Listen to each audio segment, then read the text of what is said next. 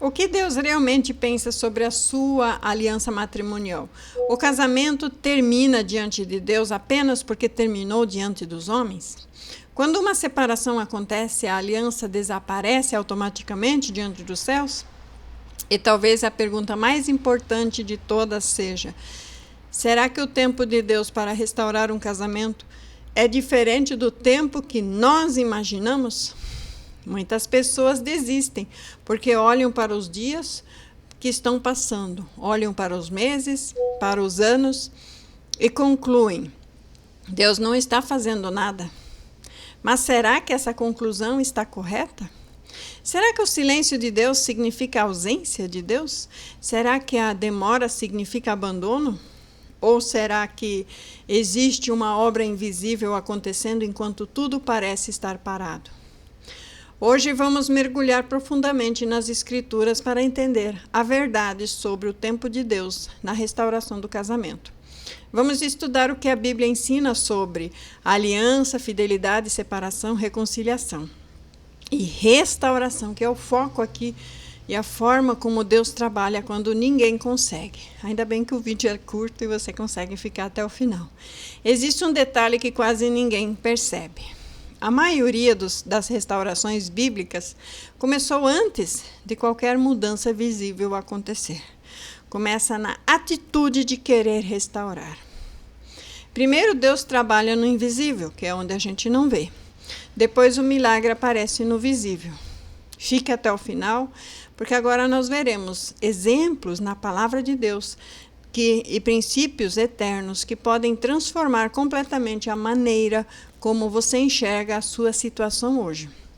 Porque aqui eu não invento palavras de homens, aqui eu pego as palavras de Jesus sobre esse assunto. O casamento não começou com os homens. Para entender o tempo da restauração, nós precisamos primeiro entender quem criou o casamento. E o casamento não nasceu na cultura, não nasceu na religião, não nasceu no governo. O casamento nasceu no coração de Deus. Em Gênesis 2:18 diz: disse mais o Senhor Deus: não é bom que o homem seja só. Far-lhe-ei uma auxiliadora que lhe seja idônea. Observe que foi Deus quem identificou essa necessidade. Foi Deus quem iniciou esse processo. Foi Deus quem preparou essa união. E depois nós lemos ainda na continuidade em Gênesis 2, 21 e 24. Então o Senhor Deus fez cair um sono pesado sobre Adão e este adormeceu. Tomou uma de suas costelas e fechou o lugar com carne. E da costela que o Senhor Deus tomou do homem, formou uma mulher e a trouxe a Adão. E disse a Adão: esta é agora... Quer dizer, Adão disse: esta é agora osso dos meus ossos e carne da minha carne, e ela será chamada mulher, porque do homem foi tomada. Portanto, deixará o homem a seu pai e a sua mãe, e apegar-se-á à sua mulher, e serão ambos uma só carne. Esse sentimento da mulher pelo homem, Deus vê. Aqui encontramos o fundamento de toda a doutrina bíblica sobre o casamento. Uma só carne. Não são duas vidas independentes, não duas alianças separadas, é uma só carne. E o mais impressionante aparece nas próprias palavras do Filho de Deus, de Jesus Cristo. Muitos séculos depois, Jesus retorna exatamente a esse texto para tentar explicar aos escribas e fariseus da época, e assim como os de hoje, né, o que é o casamento. Isso mostra que Deus nunca abandonou o padrão estabelecido no princípio, no Éden. A aliança não é um contrato. Não, isso aqui foi inventado pelos homens. Existe uma diferença enorme entre um contrato e essa aliança que Deus criou. O contrato protege interesses e hoje em dia mais desprotege os interesses da parte mais fraca do que ajuda. Então, o contrato protege interesses de quem quer separar, né? Eu acho que se não for um casamento com união total de tudo, né, que a gente chama comunhão universal, Não é casamento, é só um contrato social, contrato de sociedade. É um contrato, eu te uso e te abuso e depois te dispenso porque você não me ajudou a fazer nada. A aliança entrega vidas. A pessoa dá a vida pelo outro. O contrato dura enquanto houver benefício. Acabou o meu benefício, eu não quero mais. A aliança permanece mesmo quando existem lutas, dificuldades, doenças, problemas. Malaquias 2,14 declara: o Senhor foi testemunha da aliança entre ti e a mulher da tua mocidade. Observe essa expressão poderosa. Ele foi testemunha da aliança. Malaquias, um dos últimos profetas do Antigo Testamento, já veio restaurar a unidade do casamento. Deus não apenas permitiu o casamento, ele testemunhou a união, ele testemunhou a aliança. Não precisa uma testemunha humana, Deus é testemunha. E Deus está vendo tudo que você fez, tudo que você faz. Ele estava lá presente, ele viu seus votos, suas juras, que depois não cumpriu.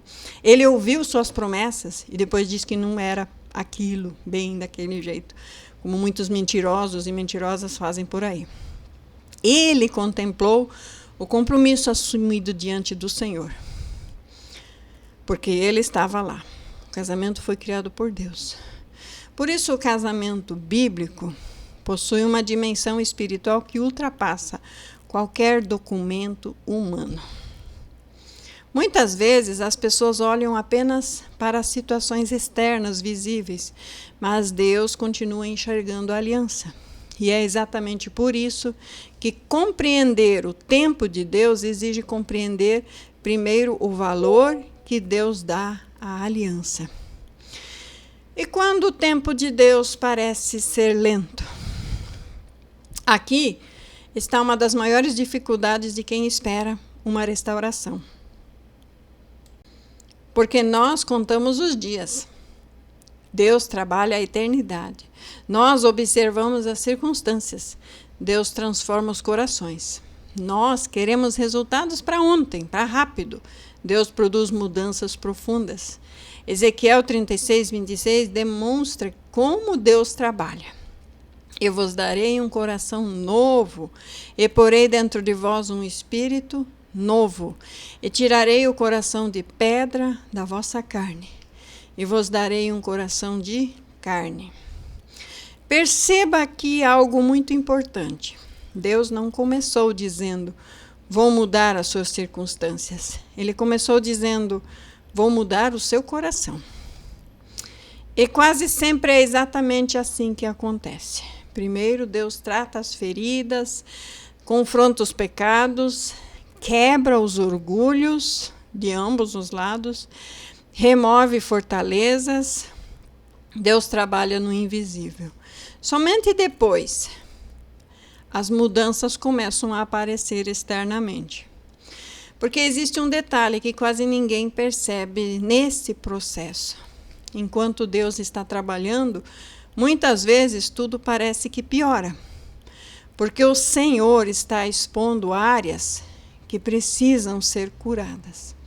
Ele está revelando feridas que estão escondidas. E ele está trazendo à luz coisas que estavam enterradas. Mas isso não significa que é abandono. Muitas vezes significa que a restauração já começou. A figura de Cristo e a aliança matrimonial. Porque Paulo, em Efésios 5:25, diz: vós, maridos, amai vossas mulheres, como também Cristo amou a igreja, e a si mesmo se entregou por ela. O casamento foi criado para refletir algo muito maior. Ele aponta para Cristo. Cristo e sua igreja.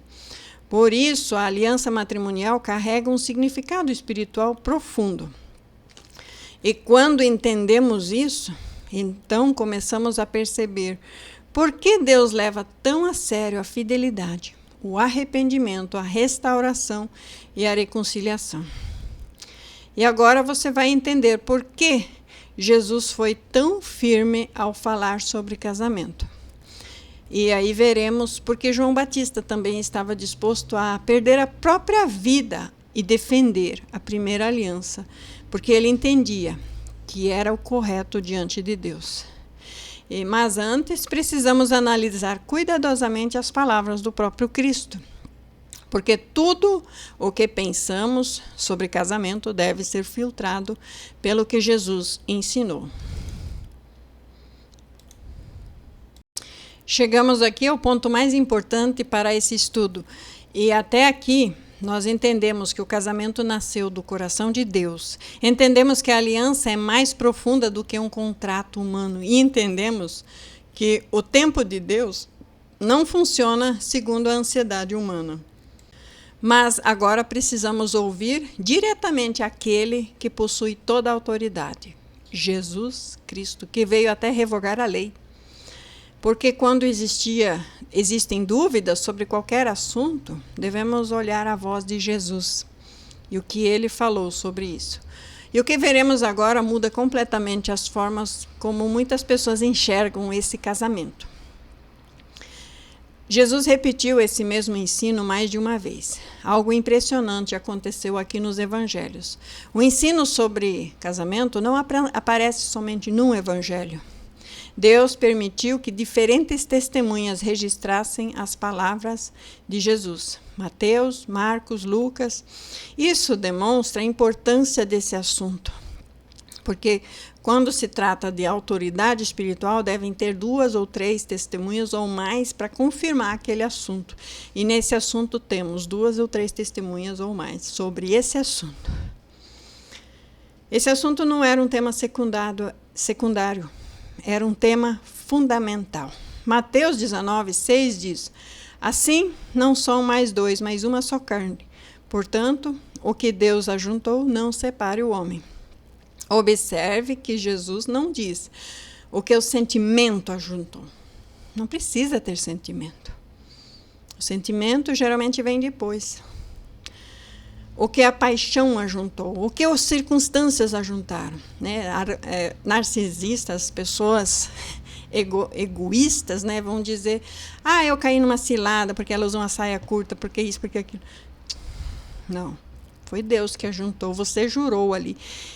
Ele diz aqui, em Mateus, o que Deus ajuntou. A origem da aliança é divina e, por isso, ela não deve ser tratada como algo comum. Em Marcos 10, 11 e 12, Marcos registra, e ele lhes disse que qualquer que deixar a sua mulher e casar com outra, adultera contra ela. E se a mulher deixar seu marido e casar com outro, adultera. Perceba que Jesus está exaltando a fidelidade, a primeira aliança. Ele está confrontando a cultura de todos os tempos, inclusive do seu tempo. Uma cultura que buscava justificativas para romper uma aliança que Deus havia unido. Lucas 16:18 também vai dizer: qualquer que deixa sua mulher e casa com outra adultera, e aquele que casa com a repudiada pelo marido também adultera.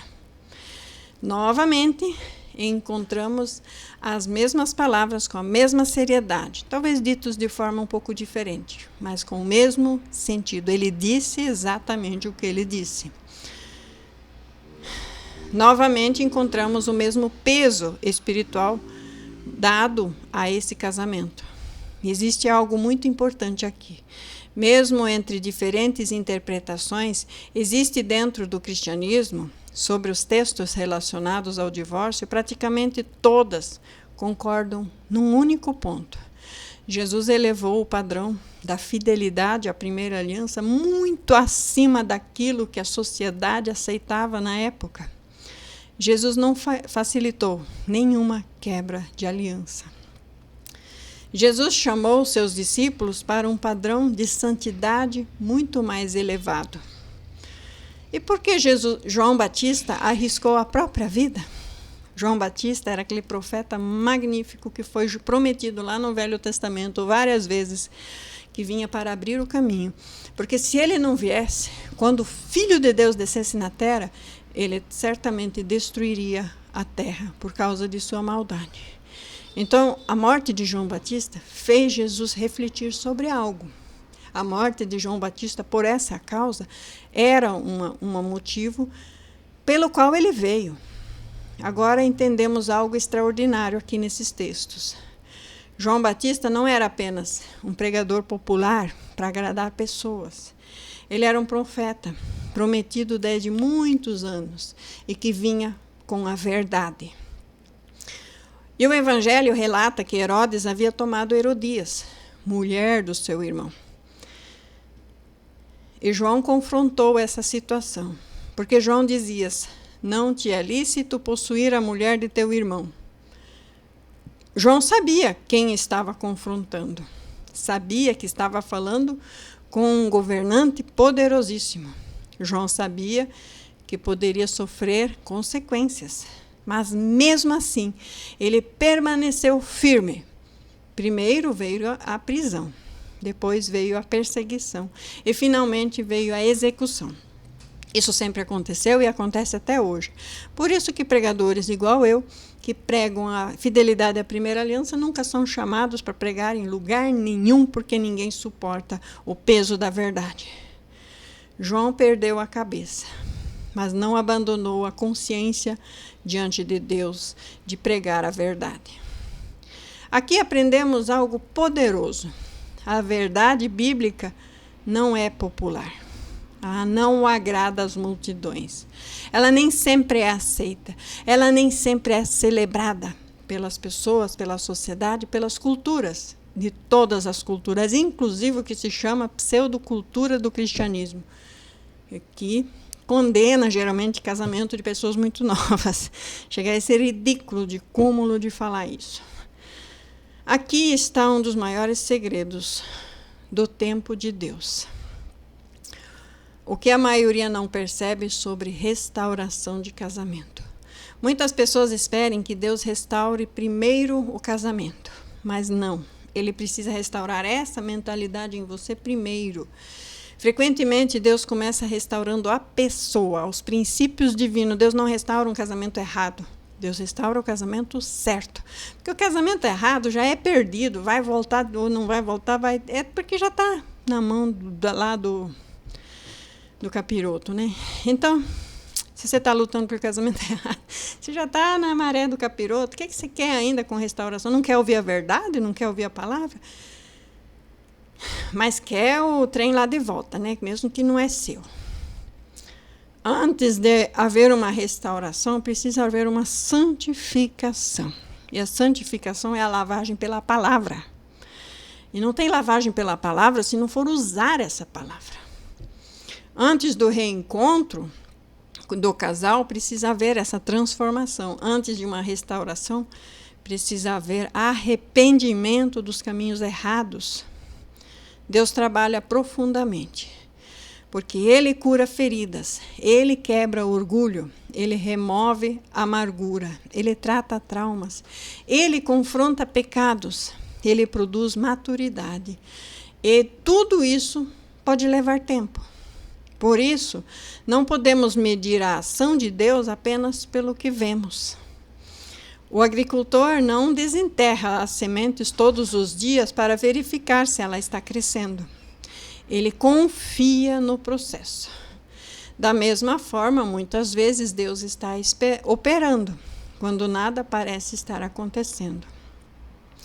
Talvez você esteja vivendo exatamente essa dor, talvez existam lágrimas que ninguém vê, orações que ninguém conhece, noites silenciosas, dias difíceis, momentos que parece que Deus está distante. Mas lembre-se de algo, a Bíblia está cheia de pessoas que precisam esperar. Abraão esperou, José esperou, Davi esperou, Ana esperou, Israel esperou. E durante a espera, Deus está trabalhando. A espera não é um tempo morto. A espera é um tempo de trabalho, onde você deve se permitir ser trabalhado. E nem sempre o trabalho é visível, mas sempre é fiel. E o mesmo Deus continua trabalhando até hoje. E independente do resultado imediato que você espera ou que esteja para chegar, ou que você esteja vendo, existe uma decisão que todos podemos tomar hoje e devemos tomar hoje.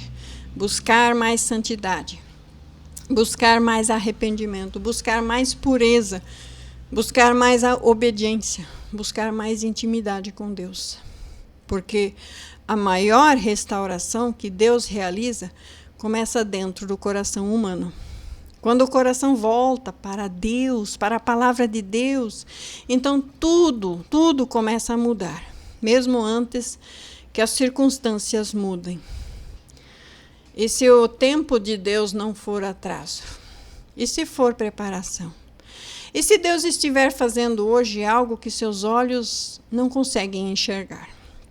E se enquanto você vê silêncio, Deus estiver movendo situações invisíveis? E se enquanto você vê distância, Deus estiver trabalhando em corações? E se enquanto você vê a impossibilidade, Deus estiver preparando o caminho? Nunca subestime aquilo que Deus pode fazer. Porque o Senhor continua sendo especialista em restaurar o que parecia perdido. Continua sendo especialista em transformar corações. Continua sendo especialista em realizar aquilo que parece impossível aos homens. Então eu só posso te dizer, permaneça firme, permaneça orando. A oração tem o maior poder que você pode imaginar, mas a oração pela sua mudança, pela sua santidade, não é só focar em orar pelo outro, é a sua intimidade com Deus.